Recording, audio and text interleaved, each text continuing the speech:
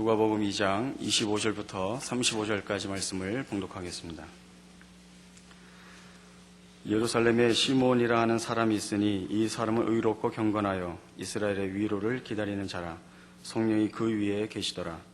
그가 주의 그리스도를 보기 전에는 죽지 아니하리라 하는 성령의 지시를 받았더니 성령의 감동으로 성전에 들어가매 마침 부모가 율법의 관례대로 행하고자 하여 그 아기 예수를 데리고 오는지라.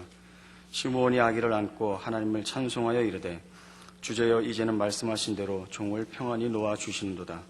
내 눈이 주의 구원을 보았사오니 이는 만민 앞에 예비하신 것이요 이방을 비추는 빛이요 주의 백성 이스라엘의 영광이니이다 하니 그의 부모가 그에 대한 말들을 놀랍게 여기더라. 시므온이 그들에게 축복하고 그의 어머니 마리아에게 말하여 이르되 보라 이는 이스라엘 중 많은 사람을 패하거나 흥하게 하며 비방을 받는 표적이 되기 위하여 세움을 받았고 또 칼이 내 마음을 찌르듯 하리니 이는 여러 사람의 마음의 생각을 드러내려 함이니라 하더라. 오늘 생각할 말씀은 이제 예수님 탄생하셨을 때 하나님의 약속을 기다리고 있던 시몬이라 하는 사람이 그 하나님의 약속에 그 답을 예수 그리스도로 받고 기뻐하는 그 내용을 오늘 확인해 보려고 합니다. 29절에 있는 바와 같이 주제여 이제는 말씀하신 대로 종을 평안히 놓아주시는도다. 내 눈이 주의 구원을 보았습니다. 라고 고백합니다. 아직 예수님이 세례 요한에 의하여 세상 죄를 지고 가는 어린 양이라 하는 설명을 받지도 않았고 십자가에 죽으시지도 않았고 부활하시기도 전인 그저 갓난아이로 태어나신 때뿐인데도 이 시므온이 성령의 인도하심과 계시하심으로 하나님의 구원하시는 역사로 그 살아있는 증거로 예수 그리스도를 인식하며 감사하는 장면입니다. 우리는 물론 예수를 믿는 기독교인으로서 예수 그리스도가 누구시며 그의 오심이 우리의 구원에 어떻게 직접적으로 연결되어 있는가를 잘 알고 있습니다. 그러나 때로는 바로 그런 이유 때문에 우리는 예수님의 오심이 개인 구원이라는 개인적인 실존에 종종 자주 이렇게 제한되는 수가 있습니다. 예수님의 성육신 사건은 우리가 고백하는 것 같은 내용을 물론 중요한 본질로 갖고 있지만 더욱 큰 차원에서 하나님이 이 온 세상의 주인이시며 역사를 주관하고 계시는 주인이라 하는 증거로서 성경은 제시하고 있습니다. 구원을 논할 때에도 예를 들면 로마서 3장으로 가셔서 성경이 예수 그리스도로 말미암는 구원을 설명할 때 그 구원이 얼마나 큰 차원에서 설명되고 있는지를 이해할 필요가 있습니다. 로마서 3장 23절입니다. 모든 사람이 죄를 범하였으며 하나님의 영광에 이르지 못하더니 그리스도 예수 안에 있는 속량으로 말미암아 하나님의 은혜로 값없이 의롭다 하심을 얻은 자 되었느니라.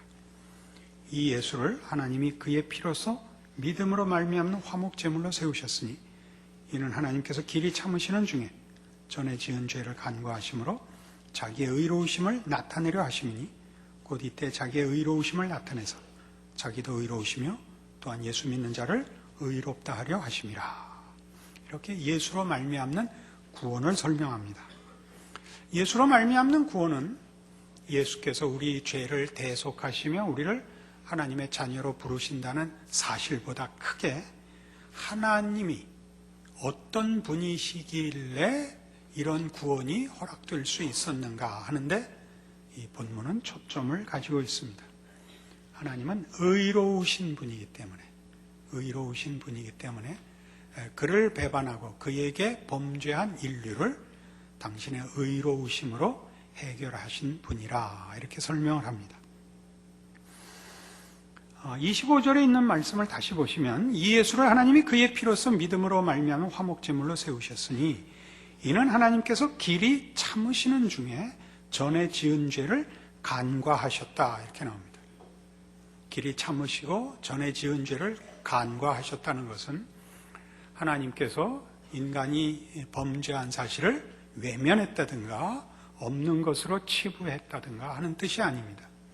하나님께서 길이 참으시고 간과하신 이유는 하나님의 의로우심 때문이라고 설명합니다. 여기서 말하는 하나님의 의로우심이라는 것은 그런 면에서 하나님께서 창조주로서 가지시는 주권과 책임에 대하여 신실하신 분이라 하는 뜻입니다. 설명을 할수록 어렵죠. 우리 이 문제를 이해하기 위해서 조금 다른 예를 들 필요가 있습니다. 구약 성경에 있는 욥기를 읽으면 대부분의 성도들은 당혹해합니다. 우선 그가 받은 시험 자체가 납득하기가 어렵습니다.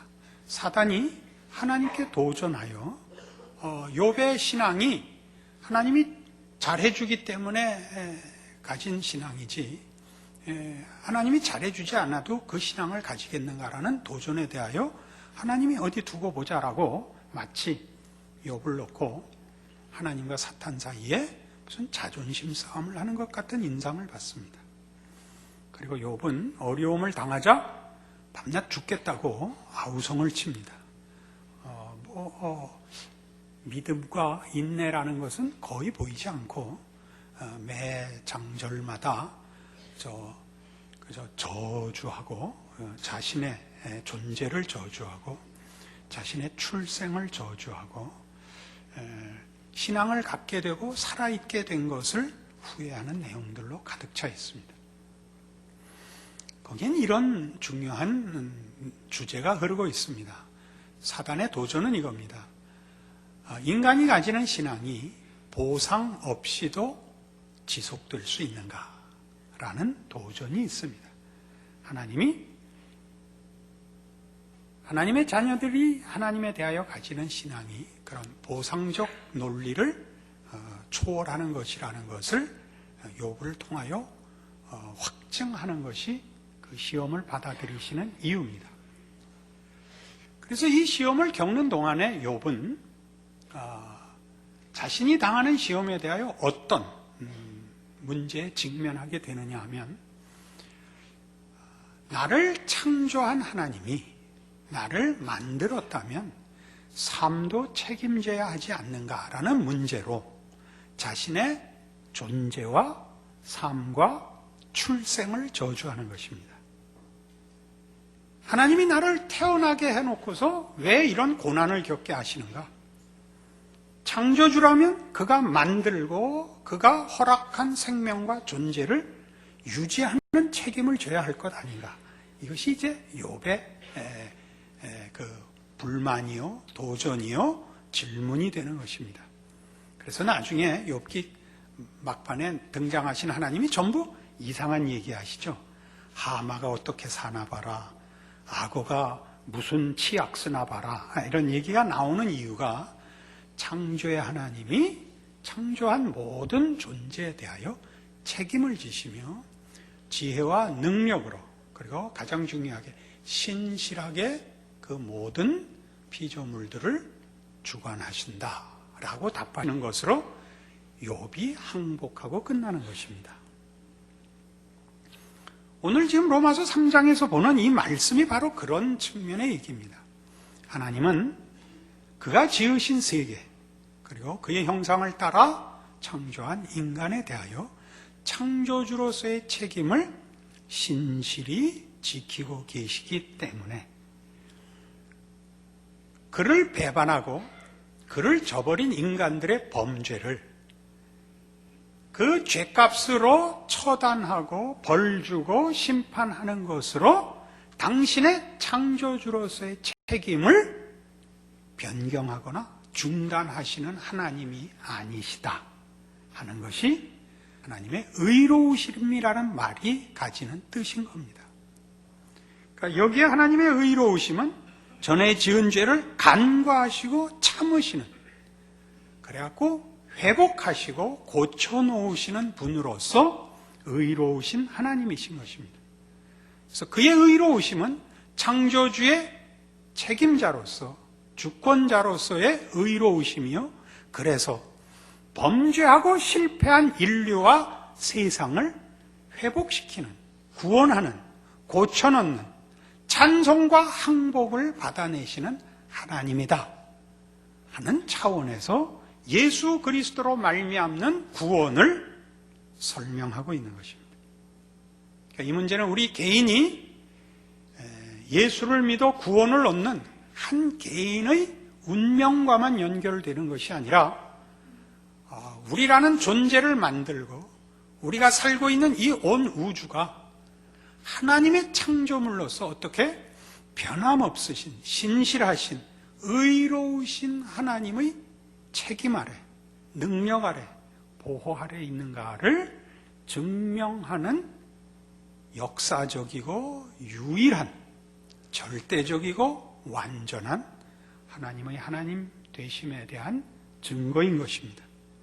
그것이 그래서 이 성탄절에 예수께서 오신 것으로 인류와 역사와 우주에 하나님의 창조주 되시는 신실함과 의로움과 변함없으심에 대한 증거요, 의지요, 해결하시는 손길로서 그 자리를 차지하고 있는 것입니다. 이런 일들은 우리로 하여금 예수 그리스도의 오심이 그런 차원에서 한 개인의 영혼과 인생과 운명을 회복하고 책임지는 정도를 넘어서 우리라는 존재와 우리의 인생과 우리가 몸담고 사는 어떤 시대나 어떤 장소나 어떤 경우나 어떤 과정 속에도 하나님의 의로우심, 예수 그리스도를 보내시는 하나님의 창조주로서의 신실하심이 예수 그리스도를 보내는 사건과 동일하게 늘 우리를 지키고 통치하고 계시는 분이라 하는 결론으로 우리를 인도합니다. 그것을 우리는 고린도전서 13장에서 이렇게 확인합니다.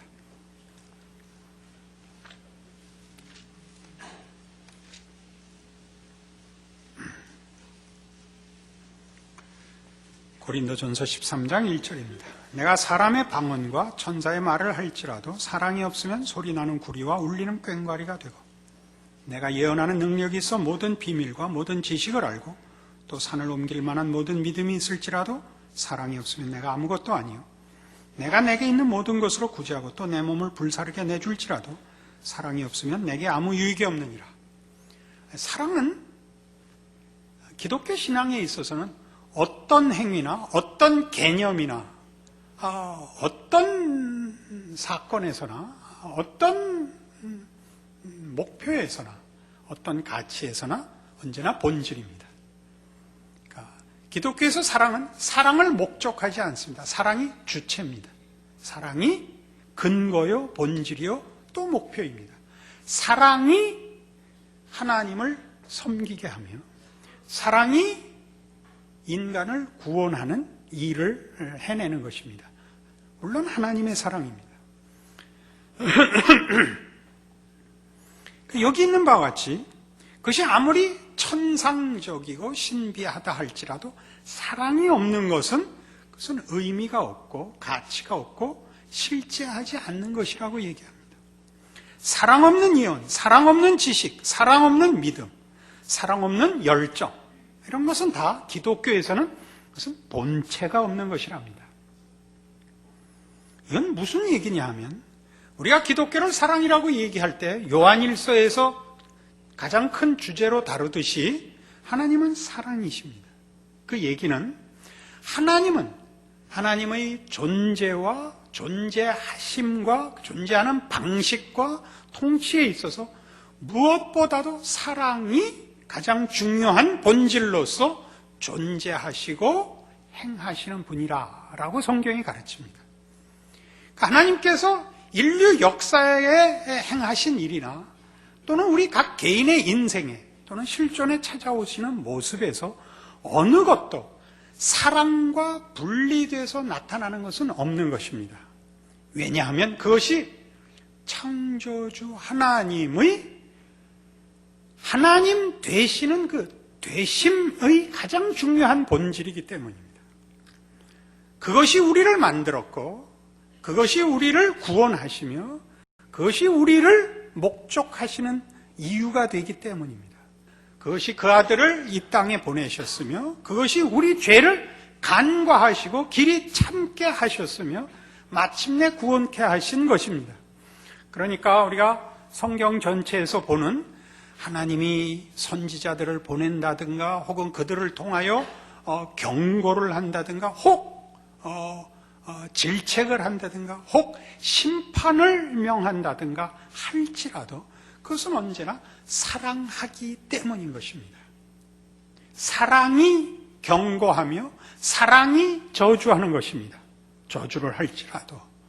다시 말해서 하나님이 지금 로마서 3장에서 보다시피 그의 의로우심이라는 것이 그의 창조주 되시는 하나님의 가장 본질적이고 우선하는 속성으로서 그의 통치를 특성짓고 우리와 약속하고 우리와 당신의 관계를 묶으신 것에 근거하여 그 아들을 설명하는 것 같이 구원을 설명하는 것 같이 그래서 그 아들을 보내신 것이 그가 지으신 모든 세계와 역사를 망라하여 하나님의 창조주 되시는 책임을 수행하시는 성격을 증언하는 것 같이 우리라는 존재와 우리가 겪는 우리의 삶의 어느 경우 어떤 사건 어느 시간에도 하나님은 우리에게 있어서 창조주로서의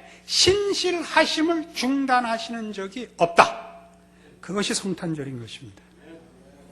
하나님은 2000년 그때 한번 예수를 보내신 것으로 역사와 개인의 할 일을 다 마친 것이 아니라 그것으로 대표될 뿐이지 항상 언제나 모든 이의 모든 사사로운 경우와 사건 속에 그 아들을 보내시는 사랑으로 하나님은 늘 우리의 하나님이시며 아버지이신 것입니다. 그것이 성경이 얘기하는 그의 의로우심으로 설명되는 구원이요. 사랑이 없으면 아무것도 아니라고 성경이 신자들의 신앙을 명하는 근거로서의 하나님의 어떠하심인 것입니다. 알아들었다는 세 사람뿐이고 무슨 소리인지 모르겠다는 다 그러시면 안 됩니다. 그래서 이 문제를 우리는 이제 처음에 구원이라는 것이 한 개인의 영혼과 운명으로 이렇게 좁아질 수 있듯이 그것이 온 우주와 역사를 포괄하는 하나님의 통치, 창조주의 통치의 신실하심이라는 영역으로 확대되는 것을 자꾸 막고 있는 것 같이 우리는 이 문제가 보상에 관한 논리로 자꾸 얽매입니다. 또 다른 면으로 그러니까 우리가 우리의 신앙을 점검할 때 우리가 하나님 앞에 사랑받을 만하고 복받을 만하냐 아니냐 하는 것으로 자신의 신앙을 점검하고 그게 만족스러울 때는 나도 하나님 앞에 하나님 찬송하고 감사할 자격이 있고 또 자신의 존재와 운명에 대해서 낙관적이 되고 내가 나의 신앙을 점검해서 부족하면 자신의 이 미래가 의심스럽고 동시에 왜 이렇게 놔두셨어요? 라고 또 하나님에 대하여 부끄러운 마음이 뒤집어져 가지고 불평하는 식으로 우리의 신앙을 늘 흔들어 놓는 것입니다. 그러나 우리가 이 문제를 분명하게 확인하기 위해서 로마서 5장으로 돌아가 보면 로마서 5장 6절에 우리가 아직 연약할 때 기약대로 그리스도께서 경건하지 않은 자를 위하여 죽으셨도다.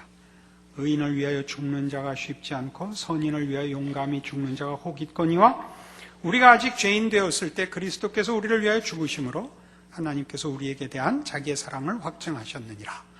무엇 때문에 이 구절이 있어야 되느냐 하면 그것은 어떤 자격과 조건에 대한 보상으로 하나님이 우리를 사랑하거나 구원하신 것이 아니라는 것을 확인하는 데 필요한 구절입니다. 그래서 하나님은 그의 사랑을 사랑받을 만한 자에게 한 것이 아니라는 것을 확인합니다. 예수는 언제 오셨느냐? 우리가 아직 죄인 되었을 때 옵니다.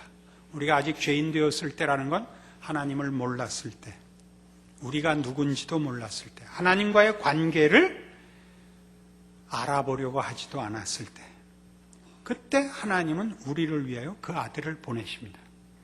그것은 우리가 예수를 믿고 나면 늘 확인하는 바인데, 하나님은 우리가 예수를 믿고 구원함을 얻고 하나님의 신자가 된 다음부터 우리 하나님이 되는 것이 아니라 그 전에도 우리의 하나님이었다는 것을 우리가 확인합니다. 내가 하나님을 몰랐을 때도 하나님은 나에게 늘 신실하셨다는 걸 압니다. 우리가 구원을 받고 그때야 깨달을 뿐이죠. 지금 성경이 우리가 가르치려고 하는 것은 그겁니다. 예수님의 오심은 예수 그리스도께서 우리를 구원하기 위하여 낮고 천한 자리, 그 낮고 천한 자리는 예수 그리스도의 신성의 영광과 비교했을 때 너무 낮은 자리라는 것을 넘어서서 우리를 만나기 위하여 우리가 있는 자리까지 오셨다는 뜻입니다. 나의 실패와 자책과 자폭과 비통과 체념과 절망의 자리에까지 찾아오시는 것이 그리스도의 성육신입니다. 우리가 죄인 되어 하나님을 찾지 않는 흑암의 자리, 사망의 그늘진 자리까지 예수께서 찾아오시는 겁니다. 하나님의 손길로 오시는 것입니다. 그러므로 이 성탄절이 가지는 의미라는 것은 우리로 하여금 우리가 우리를 포기하는 것이지 하나님이 우리를 포기하는 것이 아니며, 우리가 우리에 대해서 심판을 선언하지 하나님은 심판을 선언하지 않는다는 걸 보여주는 것이 성탄입니다. 그래서 성경은 늘 이 말로 성도들을 위로합니다. 8장 31절입니다. 로마서 8장 31절. 그런즉 이 일에 대하여 우리가 무슨 말하리요? 만일 하나님이 우리를 위하시면 누가 우리를 대적하리요? 자기 아들을 아끼지 아니하시고 우리 모든 사람을 위하여 내주시니가 어찌 그 아들과 함께 모든 것을 우리에게 주시지 아니하겠느냐? 아들을 주셨습니다. 이게 무슨 의미인지 아시죠? 자식을 키워본 사람은 다 아는 얘기입니다. 아들을 준다는 것은 자신을 주는 것보다도 더 크다는 거 아시죠? 그 아들을 언제 줬다고요? 우리가 죄인 되었을 때 주셨습니다. 어디까지 찾아오는 주심이라고요? 우리가 우리를 정죄하고 포기한 자리까지입니다.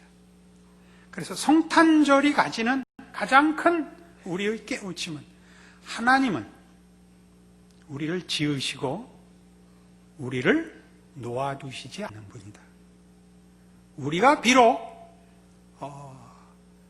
용서받지 못할 죄를 졌을지라도 하나님은 그 모든 것을 넘어 찾아오시는 의로우시고 사랑이 넘치는 우리 아버지시다 라는 것을 성경이 가르칩니다. 그리고 그것은 개념이나 약속이나 말 정도가 아니라 역사인 것입니다. 예수님은 우리의 처지까지 오기 위하여 인간이 되셨고,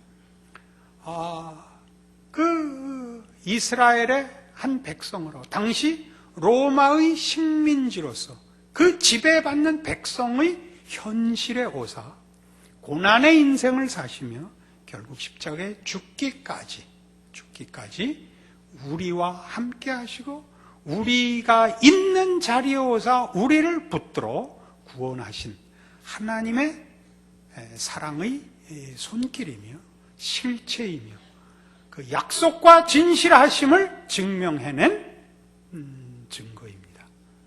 그러므로 우리 모든 하나님의 백성들은 바로 이 사실로 인하여 주께서 오셨다, 우리를 구원하러 오셨다라는 이 역사적 사실에 근거하여 우리의 전 인생과 우리가 사는 삶의 모든 정황을 예수 안에서 책임지고 보장받고 있다는 믿음 안에 살게 되는 것입니다. 이 위로가 여러분에게 모든 난관을 극복하는 소망이 되고 책임이 되기를 바랍니다. 기도하십시다. 하나님 아버지 은혜를 감사합니다. 하나님께서 우리를 사랑하시면 누가 하나님을 대적하여 우리를 하나님의 사랑에서 끊을 수 있겠습니까? 하나님의 사랑의 신실함과 능력을 보았사오니 우리로 우리의 삶을 또한 주 앞에 바쳐 사랑 가운데 순종하게 하사 예수 안에서 허락한 영생과 진리와 거룩으로 하나님의 사람의 영광에 이르는 삶을 사는 믿음의 승리도 허락하여 주시옵소서. 지금은 우리 주 예수 그리스도의 은혜와 하나님 아버지의 극진하신 사랑과 성령님의 교통하심이 하늘 하나님의 자녀가 된 자의 복을 예수 그리스도의 오심으로 확인하고 믿음으로 승리하리라 약속하고 돌아가는 심령들 위해 영원토록 함께 있을지어다. 아멘.